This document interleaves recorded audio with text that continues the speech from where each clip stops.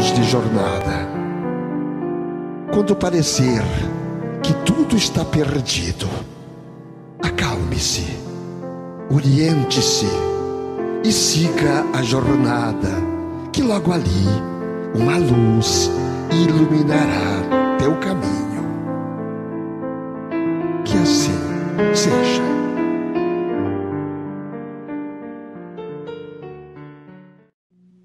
Senhoras e senhores, ao cumprimentá-los, estamos iniciando mais um diálogo espírita, a doutrina espírita passada a limpo. E neste momento convidamos o irmão Dilson Pereira de Barros para fazer a prece de abertura. Então, queridos ouvintes, queridos amigos aqui presentes, todos nós, cada um ao seu jeito, vamos acalmar as batidas do nosso coração.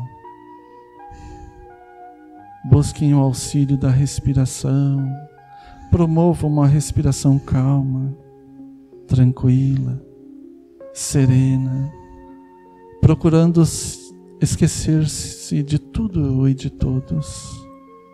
E agora sim, Deus, permita, ó Pai amado, os bons espíritos virem em nosso auxílio, nos amparando sempre que necessitarmos, nos intuindo bons pensamentos. Faça então, Senhor, com que os bons amigos nos inspirem mais a fé em Ti, mais esperança e também forças para praticarmos a caridade.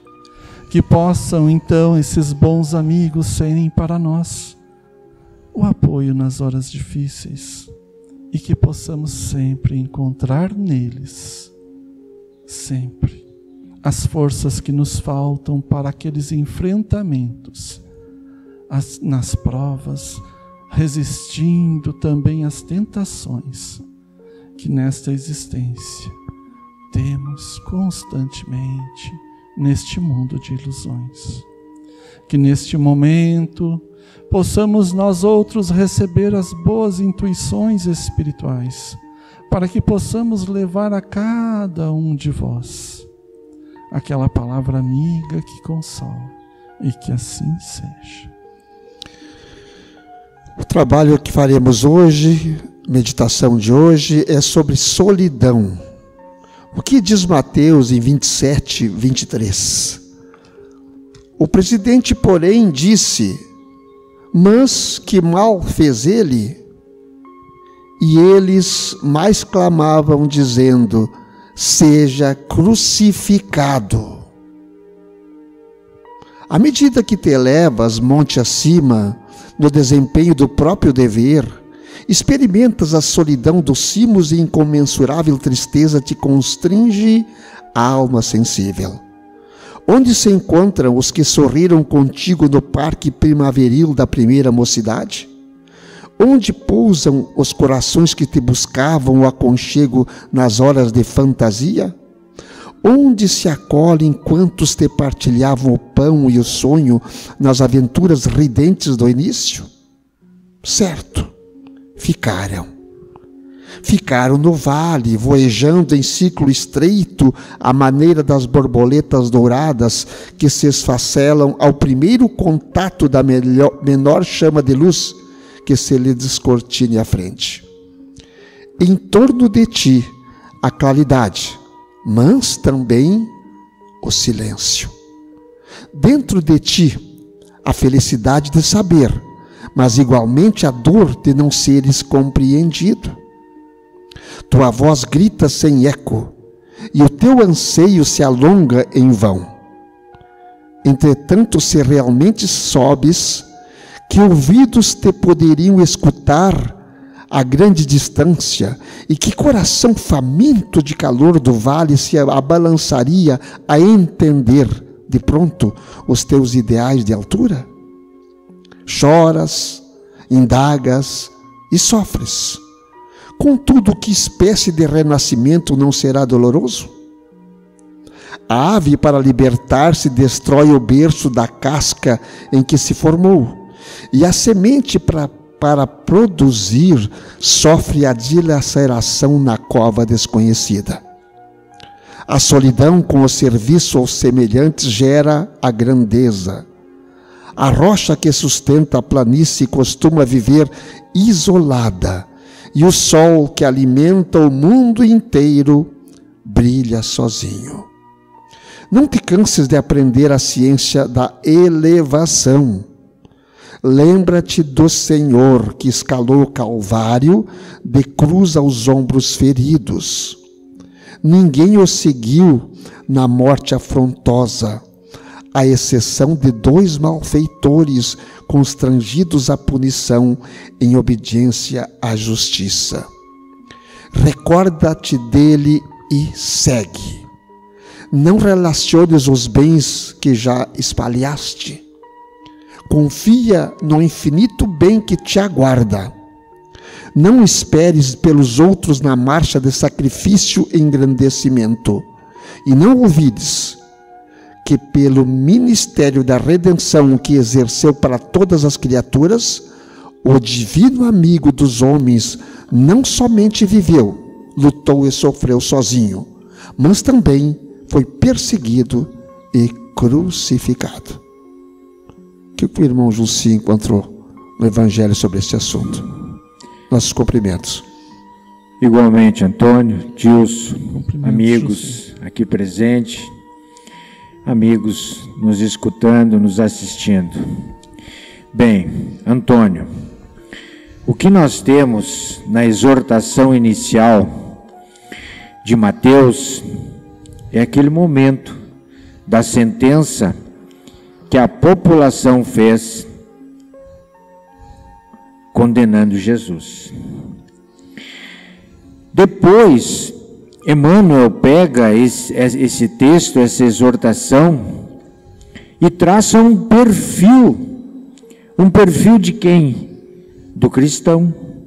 Ele traça um perfil do cristão, e aí, dentro deste raciocínio do Emmanuel, que além de traçar o perfil do cristão, ele dá os exemplos da natureza, de como a vida acontece, nós vamos encontrar ressonância, Antônio, no capítulo 18, muitos os chamados, poucos os escolhidos, que trata da porta estreita, que trata a quem muito foi dado, muito será pedido, e sobretudo reconhece-se o cristão pelas suas obras. Quem decidiu seguir Jesus sem que se aperceba ou se apercebeu, se tornou um ser solitário. Solitário na sua busca do seu melhor, da sua melhoria, da sua renovação íntima. Mas mesmo solitário, os exemplos que Emmanuel cita aqui, o sol alimenta o mundo inteiro brilhando sozinho. A rocha sustenta a planície, costuma viver isolada. Então, que nós que nos chamamos, nos autodesignamos cristãos, não estranhemos o fato disso poder nos isolar diante da vida que nós levamos antes dessa escolha. Irmão Dilson. Exatamente. No contraponto, Pilatos, ele representa o egoísmo, né? Enquanto Jesus, então, representa o momento daqueles que o seguem, Pilatos representa o egoísmo mais puro, pela qual ele, pensando nele, Ele poderia ter escolhido Jesus e libertá-lo naquele momento, mas ele preferiu lavar as mãos. Que me importa? Esse homem é justo, sei, mas o que me importa? Se a própria raça dele decidiu por crucificá-lo, o que me importa? E nós, como nós nos comportamos neste contraponto, quando nós saímos daqui da casa espírita, por exemplo, com uma mensagem evangélica, e ali fora somos admoestados, somos, de certa forma, questionados sobre a nossa fé, sobre o nosso sofrimento, se continuarmos perseverando na fé, enquanto o mundo é diferente, o mundo é dos espertos. Poxa, você está sendo e querendo ser tão certinho. O que cada um de nós faria? Como faríamos? Qual atitude teríamos? O que queremos para nós? Eu estava pensando aqui, escutando vocês dois, e olhando para o povo que está aqui conosco, graças a Deus a casa cheia, né? Dentro da possibilidade que pode colocar, e acho que vamos conseguir colocar mais gente, acho que na próxima vez, pensando na solidão. E eu me vi, nos tempos de hoje, eu me vi na solidão daqueles que procuram dar uma palavra no bem, nas redes sociais, por exemplo. A solidão daquele que lança uma palavra do bem na rede social. Ele praticamente fica sozinho. Quase ninguém responde para ele. No máximo que faz é dar uma curtida, certinho. Mas ninguém diz, sim, é isso mesmo que nós precisamos. Agora, ao contrário, essa pessoa está solitária. Ao contrário, aquele que prega a violência, aquele que prega a beligerância, aquele que ironiza, aquele que está sempre brigando, cheio de gente respondendo, esse não é solitário. Trouxe para esse lado aqui agora, para nós pensarmos, refletirmos. Eu sou solitário nesse sentido, mas que eu seja solitário sim para o bem. Porque alguém está ouvindo, alguém vai ouvir, a minha voz vai sonorizar no espaço, vai atravessar o globo terrestre, se for preciso atravessar, e vai chegar onde precisa chegar. Esta existência é tão curta, Antônio, Jussi, e nós damos tanta ênfase às paixões do mundo. E o problema, Antônio, desse personagem fictício que tu criaste agora, é que esse personagem na vida real se assusta.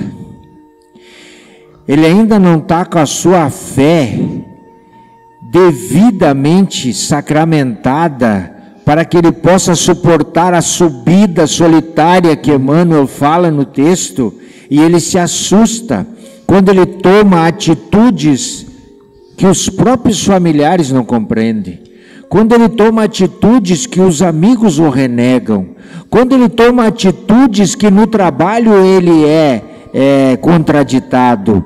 Então, só parece, gente, que perdeu-se o controle da terra e o mal tomou conta.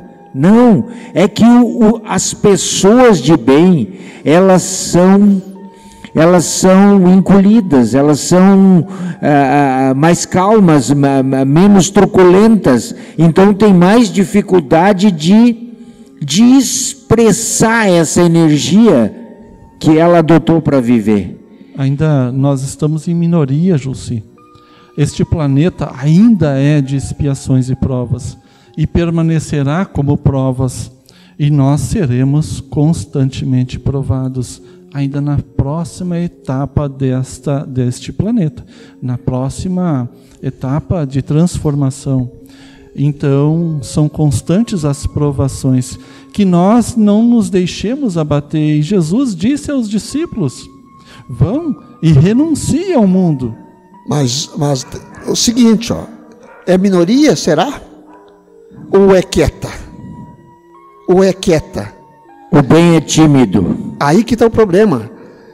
Eu acho que nós estamos em plena transformação. E nos livros básicos e também nos grandes livros do André Luiz, principalmente naquele livro da transição planetária, ele diz que nos últimos tempos haveria um choro e ranger de dentes, haveriam muitas revoluções, tanto revolução sísmica como revolução mental, que haveria que aqueles que eram do baixo astral, digamos assim, eles se apareceriam mais, eles começariam a gritar mais. Então, estamos vivendo os últimos tempos dessa revolução.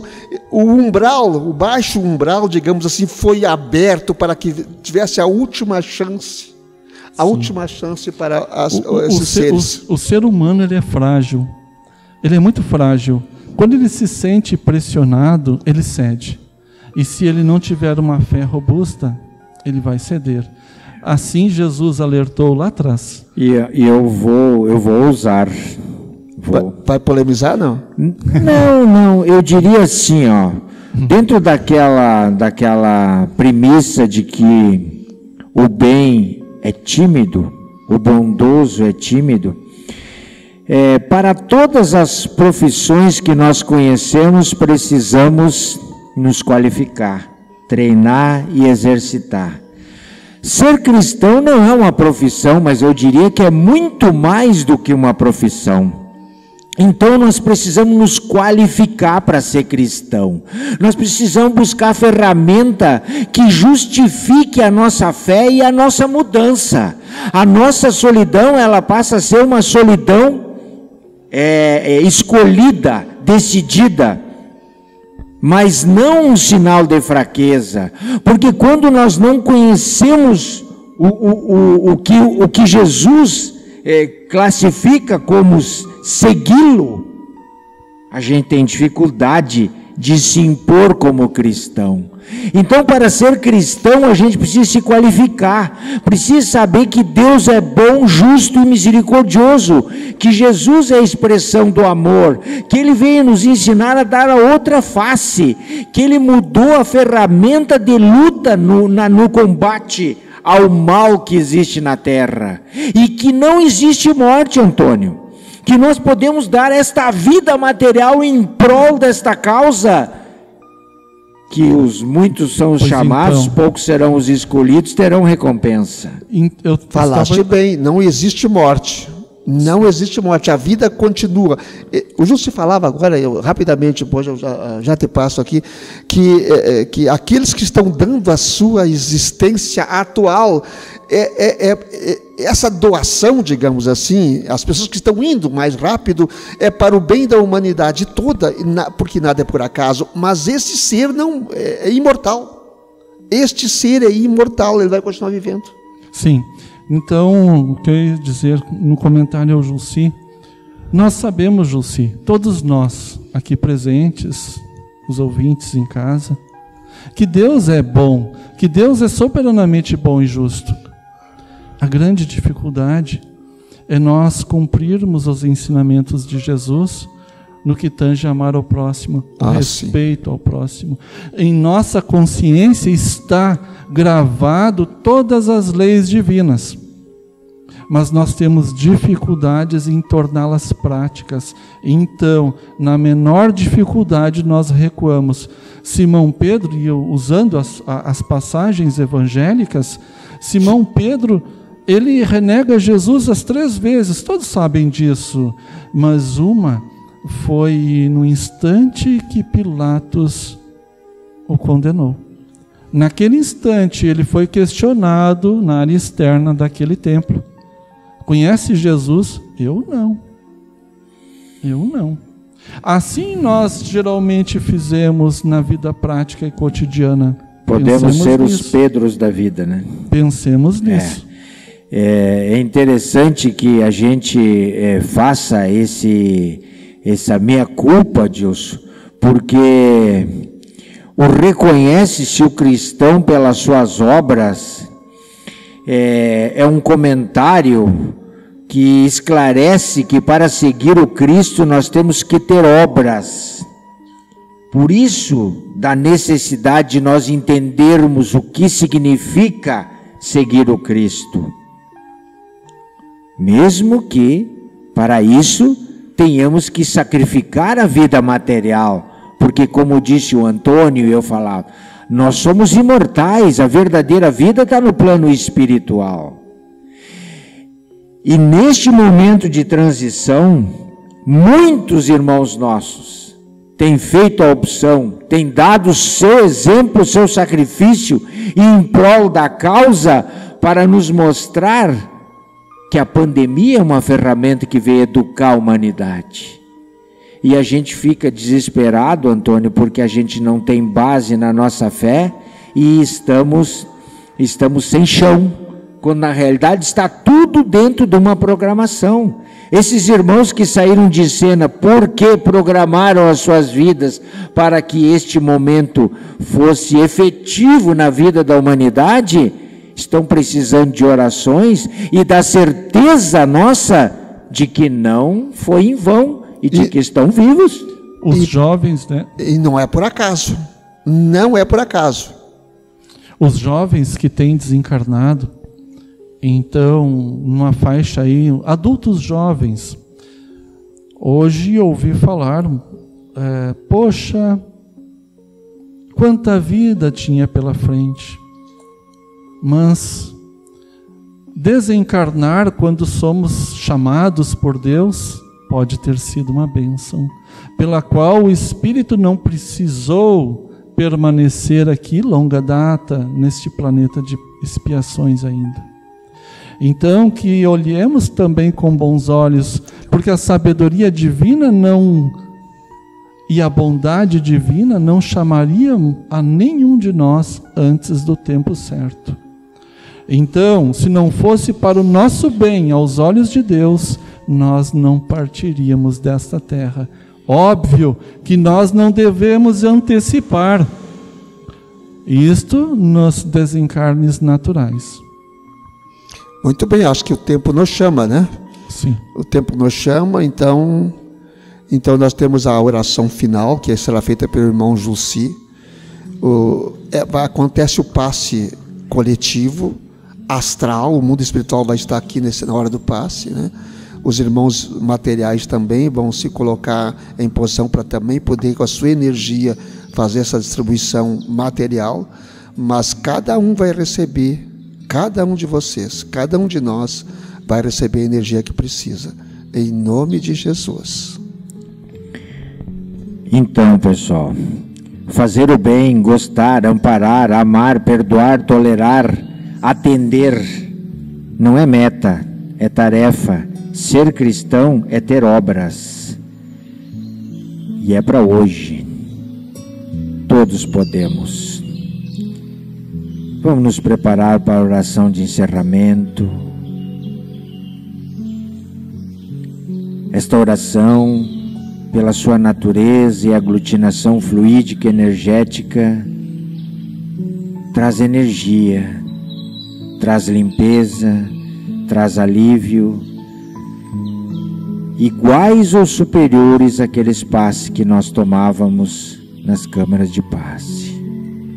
Relaxem vossas cadeiras, limpe as vossas mentes, aqui, em casa, onde estiverem. Deixem espaço nos seus corpos para que a ação dos prepostos do Pai e do Mestre Jesus atuem sobre nós. Quem estiver com dores, põe a mão no local, se puder. Quem estiver sofrendo, pense no Cristo que morreu por nós. Quem estiver aflito, entregue a sua aflição a Deus e peça forças para suportá-la. Quem estiver infeliz, renove a sua fé no Pai e na certeza de sua felicidade futura. Com muita humildade, com muita fé e com muita vontade, peçamos ao Divino Mestre e às suas falanges benfazejas que nesta casa de amor se reúne em torno de nós, que atuem sobre nós, derramando fluidos mentomagnéticos espirituais curativos sobre os nossos corpos, sobre as nossas dores, nossos males, nossas deficiências, mas sempre, Senhor, respeitando a Tua vontade, porque sabe mais de nós do que nós mesmos. Suplicamos, te compadeça da nossa pequenez. Permita que eles iluminem as nossas mentes, os nossos caminhos, fortaleçam a nossa fé, a nossa coragem. Obrigado, Senhor. Perdoa a nossa claudicância, as nossas oscilações. Que possamos sair daqui, deste momento, deste programa, melhores do que chegamos, aplicando os ensinamentos renovadores que nos foram propostos, para que sejamos merecedores de Tua misericórdia. Que assim seja.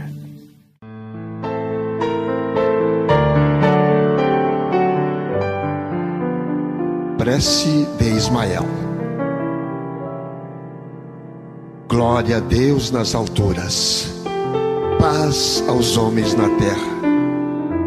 Jesus, bom e amado Mestre, sustenta os teus humildes irmãos pecadores nas lutas deste mundo. Anjo bendito do Senhor, abre para nós os teus compassivos braços. Abriga-nos do mal, levanta o nosso espírito à majestade do teu reino e infunde em todos nós a luz do teu imenso amor. Jesus, pelo teu sublime sacrifício, pelos teus martírios na cruz, dá a esses que se acham ligados ao pesado fardo da matéria orientação perfeita do caminho da virtude, o único pelo qual podemos te encontrar. Paz a eles, misericórdia aos nossos inimigos, e recebe em teu seio bendito a prece dos últimos dos teus servos. Bendita estrela, farol das imortais falanges, purifica-nos com teus raios divinos, lava-nos de todas as culpas, atrai-nos para junto do teu seio, o santuário bendito de todos os amores. Se o mundo, com seus erros, paixões e ódios, alastra o caminho de espinhos, escurecendo nosso horizonte com as trevas do pecado, rebrilha mais com a tua misericórdia, para que, apoiados no teu evangelho, possamos trilhar e vencer as escabrosidades do carreiro e chegar às moradas do teu reino. Amiga estrela, farol dos pecadores e dos justos, abre teu seio divino e recebes a nossa súplica pela humanidade inteira. Que assim seja.